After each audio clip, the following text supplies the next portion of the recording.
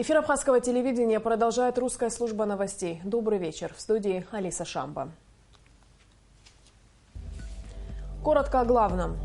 Самый спокойный район Абхазии. В Арс-Мира прошла пресс-конференция главы администрации Галского района Тимура Надарая. Каково состояние спортивных объектов? Специальный репортаж программы. Краски осени Абхазии для картинной галереи. Ежегодный арт-пленэр выбрал лучших. Вопросам повышения эффективности использования объектов государственной собственности было посвящено совещание, которое провел сегодня президент Рауль Хаджимба с членами правительства. Глава государства поручил ужесточить спрос с тех лиц, которые арендуют объекты государственной собственности. Рауль Хаджимба отметил, что арендаторы должны провести ремонтные работы и ввести объекты в эксплуатацию в соответствии с заключенными договорами, а также выплатить всю сумму в оговоренные в них сроки. По словам президента, земли в береговой зоне являются территорией общественного пользования, и строительство объектов там запрещено. К сожалению, значительная часть объектов и значимых объектов на сегодняшний день остаются за бортом нашей экономической деятельности. Этого допустить нельзя. Поэтому мы должны пойти по пути ужесточения спроса со всех тех лиц, которые имеют отношение к этим делам. Кому мы отдавали в аренду, тем, кто приватизировал. Мы не говорим о том, что собираемся все рушить и ломать, но при этом будем требовать достаточно жестко вопросы, связанные с проблемой работы на этих объектах. Те суммы, причитающиеся государству, до сих пор ни одного рубля мы не получили. Господа, так не может продолжаться. Нужно будет ставить вопрос о возвращении данного объекта в госсобственность. А потом уж будем дальше разбираться, как нам вести себя по данным объектам. И точно так же по многим другим. Я еще раз хочу, чтобы все знали, никаких поблажек ни для кого не будет. Мы много говорим по вопросам, связанных с нашими объектами, которые находятся в полуразрушенном состоянии, но при этом, как говорится, ничего мы за это время не сделали, палец о палец не ударили. Поэтому я просил бы вас всех очень аккуратно и внимательно отнестись к этому процессу. Сухумская городская прокуратура продолжает следствие по факту взрыва на территории АГТРК, имевшего место 17 октября. Как известно, в результате взрыва погиб человек. По факту взрыва на Абхазской государственной телерадиокомпании прокуратурой города Сухум возбуждено уголовное дело по статьям 198 и 217 Уголовного кодекса Республики Абхазия. В настоящее время проводятся следственные действия и оперативные мероприятия, направленные на установление обстоятельств совершенного преступления, а также возможных соучастников. Ход расследования находится на личном контроле у Генерального прокурора Республики Абхазия. Галский район – один из самых спокойных в Абхазии, заявил на пресс-конференции в Арс-Мира глава администрации Галского района Тимур Надарая.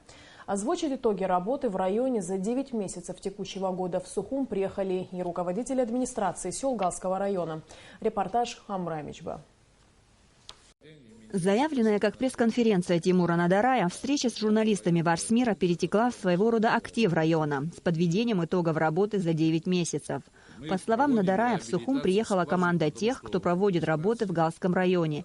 Это и главы администрации сел, и начальники управления администрации района. Тимур Надарая начал свое выступление с позитивных цифр. За 9 месяцев нынешнего года в Галском районе не зарегистрировано ни одного случая похищения людей, тогда как в 2015-м их было 2. А из 2 терактов, совершенных грузинскими террористическими группами, оба раскрыты.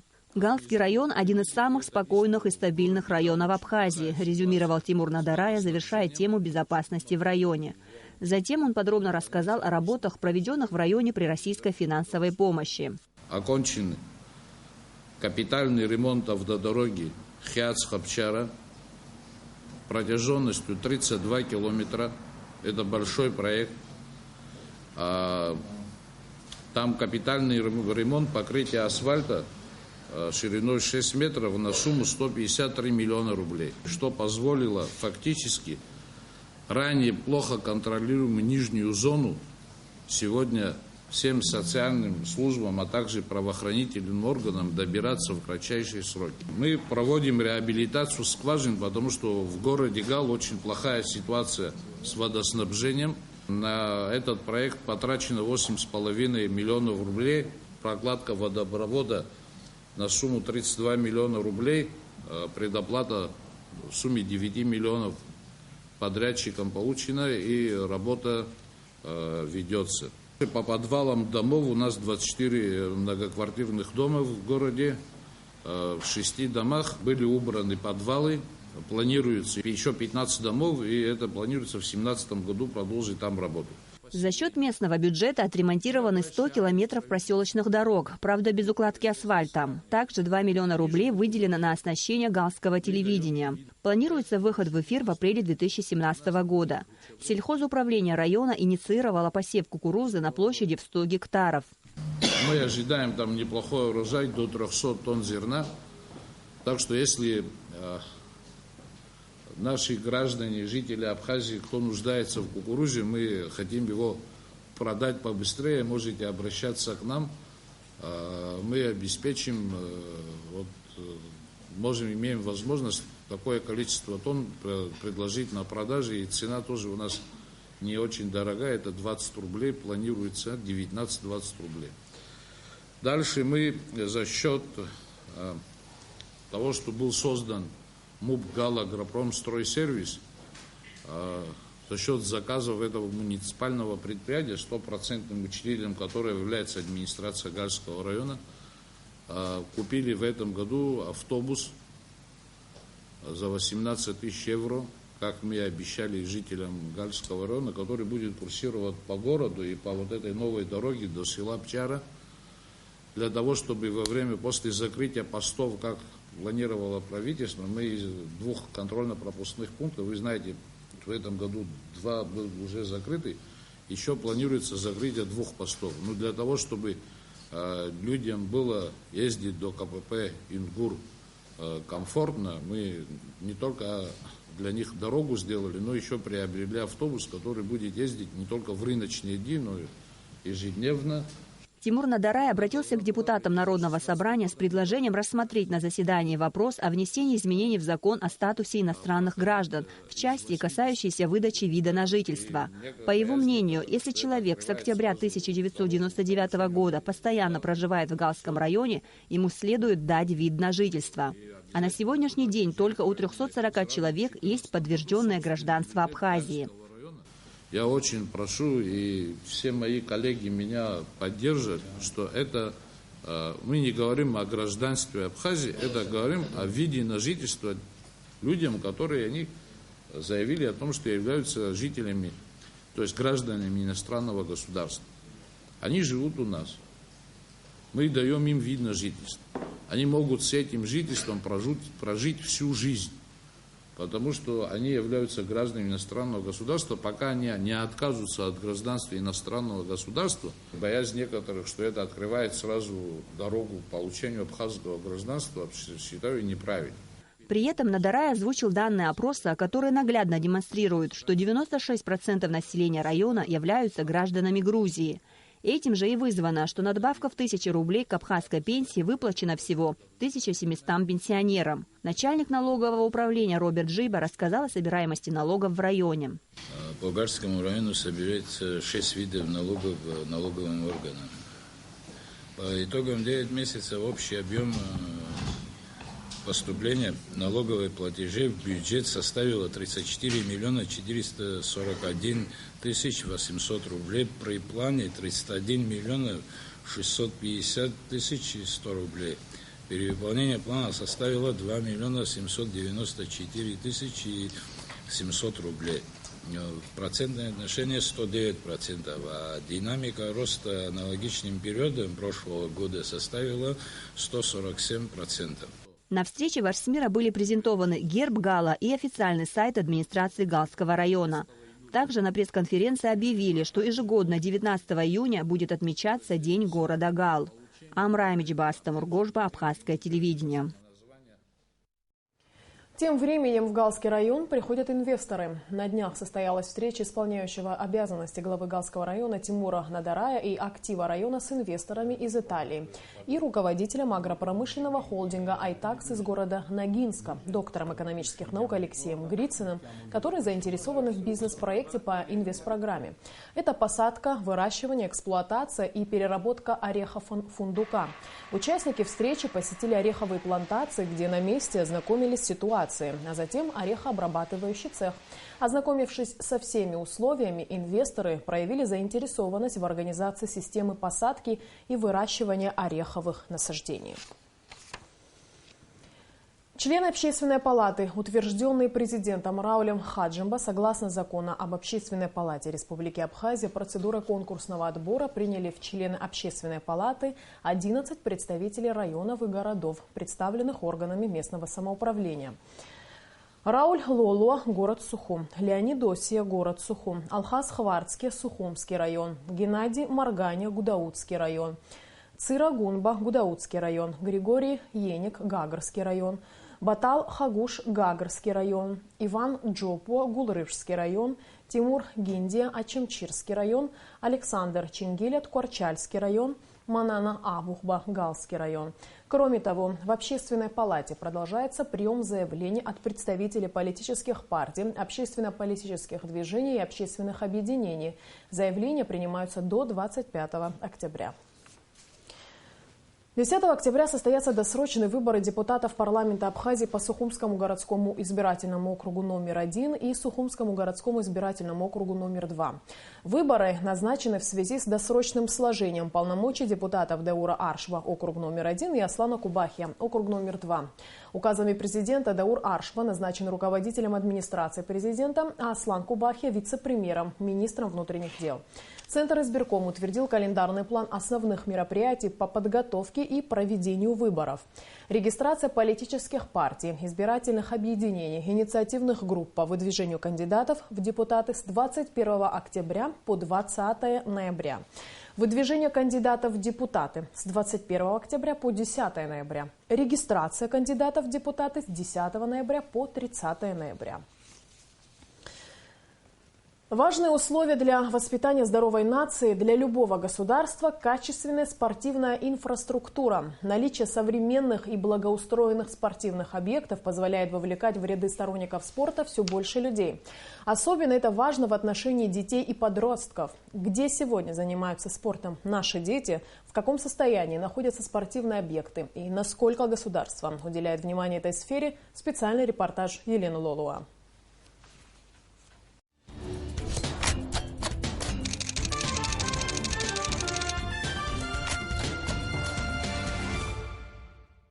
Спортивные площадки, построенные 5-6 лет назад, стали постепенно ветшать. Да, поле с искусственным покрытием не нужно высеивать и стричь. Оно не выгорает и не замерзает зимой. Тем не менее, это сложный объект, и за ним нужен постоянный уход. К примеру, такое поле нужно поливать, расчесывать и подсыпать хотя бы раз в год специальными искусственными гранулами. В противном случае волокно износится раньше положенного срока. У нас пока нет оборудования, чтобы его можно было здесь расчесывать. У нас есть одно оборудование, слава богу, мини-трактор, который был куплен к чемпионату мира, который мы проводили по версии Конифа. Он находится на стадионе. Ну, теперь, значит, зависит, как она будет ездить, эта машина, да, и насколько она будет успевать расчесывать все те площадки, которые у нас и в городе Сухум есть, и по Абхазии есть. Деньги на текущие расходы по эксплуатации футбольных полей Госкомитету выделяются, но их недостаточно. На один такой объект требуется порядка 300 тысяч в год. Неподъемная ноша для Госкомитета по спорту. Поэтому 2 из 3 столичных футбольных площадок, принадлежащих Федерации футбола, сданы в аренду за символическую плату – 15 тысяч рублей в месяц. Состояние этого спортивного комплекса, что по проспекту Аяйра, вызывает у горожан и тренерского состава серьезное беспокойство. Данная игровая зона включает теннисные корты, футбольные и баскетбольные площадки. Объект запущен, а теннисные корты зарастают травой. Раньше комплекс принадлежал Министерству образования и только недавно был передан Госкомитету по спорту. Если футбольные и баскетбольные площадки функционируют, то теннисные корты так и не были сданы в эксплуатацию. Завершение их строительства правительство пришлось на смену политической власти в Абхазии. С тех пор судьба объекта не определена.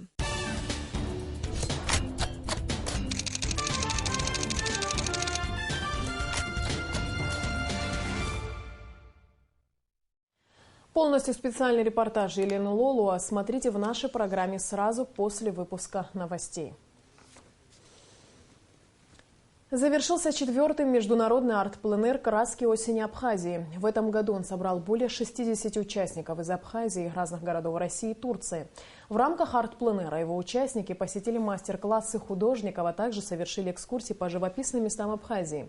Именно там участники арт-пленэра писали свои картины. А затем компетентное жюри выбирало лучшие работы. Репортаж Сари Смер.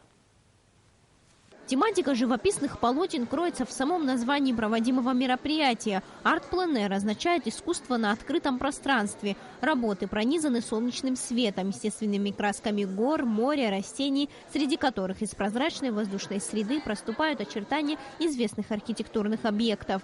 Все это видение являет собой красоту, среди которой мы живем, но часто не замечаем.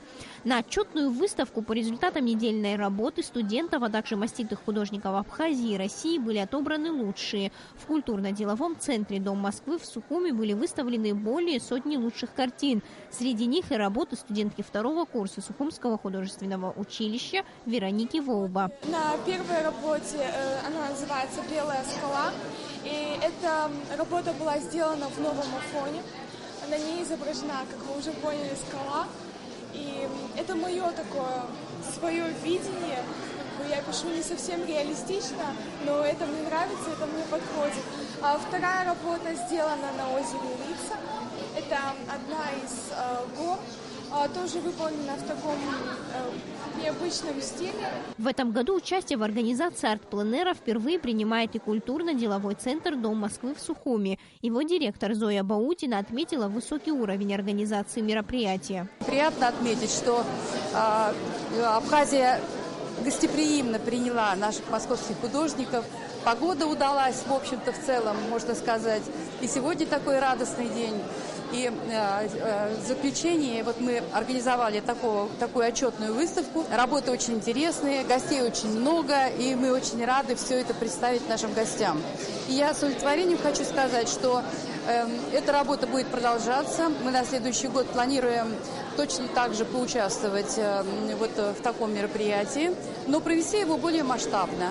Председатель Союза художников Абхазии Адгурампар отметил, что такого рода мероприятия – хорошее подспорье в первую очередь для начинающих художников. На этих мероприятиях принимают участие не только взрослые наши художники, мэтры, но и студенчество. И, конечно, именно для них большей частью, наверное, это большой положительный опыт, потому что они видят тех художников, профессионалов, которые приезжают, и наших же художников. Это и мастер-класс, который проходит у них на виду. И, конечно же, в любой момент, когда они пишут, любой из таких вот преподавателей и просто художников могут подойти, помочь, показать, подсказать. На отчетной выставке были отобраны 3 работы, которые, по мнению организаторов арт-пленэра, являются лучшими. Они будут выставлены в картинной галерее Абхазии. Сария Смыр, Саида Гухава, Абхазское телевидение.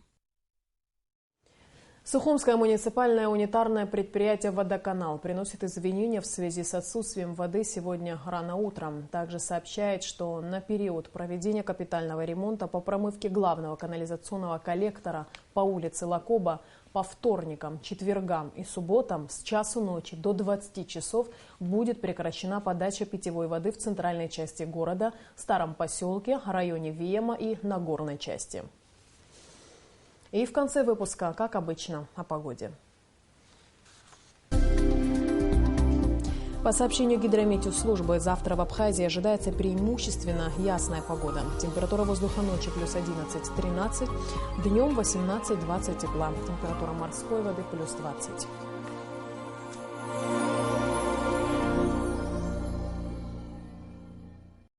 На этом наш выпуск завершен. Всего доброго и до скорой встречи в эфире.